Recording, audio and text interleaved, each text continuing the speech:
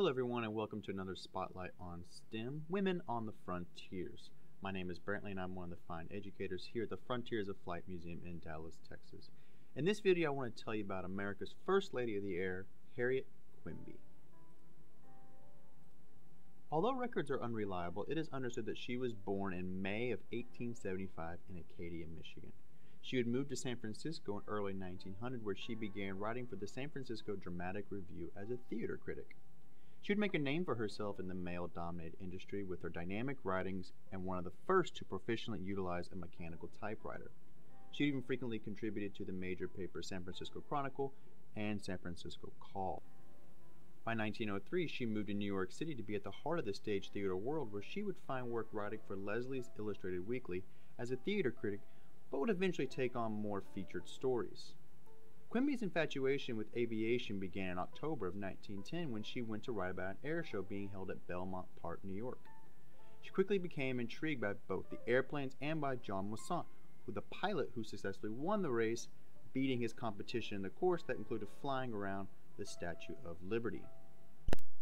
After befriending John and his sister Matilde, who already had taken some flight lessons, Quimby asked Moisant to teach her how to fly.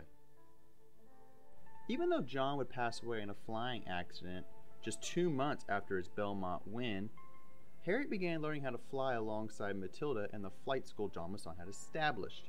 Within a year of attending the races at Belmont, and after 33 hours of flight training spanning 4 months, Harriet received certification number 37 on August 1st, 1911 from the Aero Club of America, which was an extension of the International Aeronautical Federation, which had the power to certify pilots.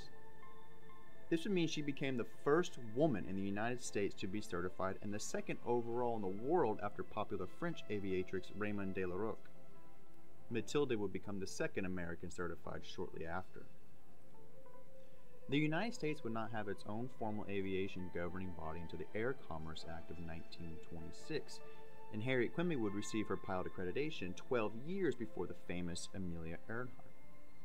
Her new accreditation thrusted her into the cutting-edge industry of aviation and its lucrative competitions.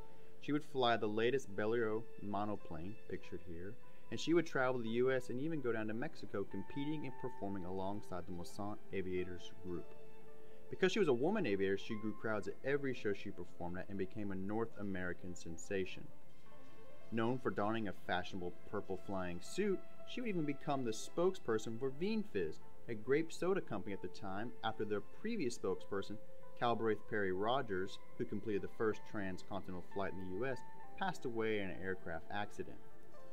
With a desire to grow her fame in Europe and increase her international appeal, she decided to attempt to cross the English Channel, which had been done previously in 1909 by the designer of her aircraft, Louis Blériot, who attempted the feat after a $1,000 prize was offered by an English newspaper. She would attempt the exact opposite route Blériot took. In the morning of April 16, 1912, Harriet Quimby took off from Dover, England, and headed south to France. 59 minutes later, she would land on the beaches of Calais, France, thus becoming the first female to successfully cross the English Channel. Although this was a sensational event, it was masked over by the heavily tragic sinking of the Titanic, which unfolded just days prior to Harriet's accomplishment. Even so, Harriet was still asked by a mid-level paper to write about her feat, which was circulated nationally. But despite not capitalizing on the international fame she sought, Quimby loved to fly and would continue to travel the country showing off her wings. Unfortunately, just 11 months after receiving her pilot certification, Harriet Quimby would lose her life as a passenger on a flight at the Boston Air Show on July 1st, 1912.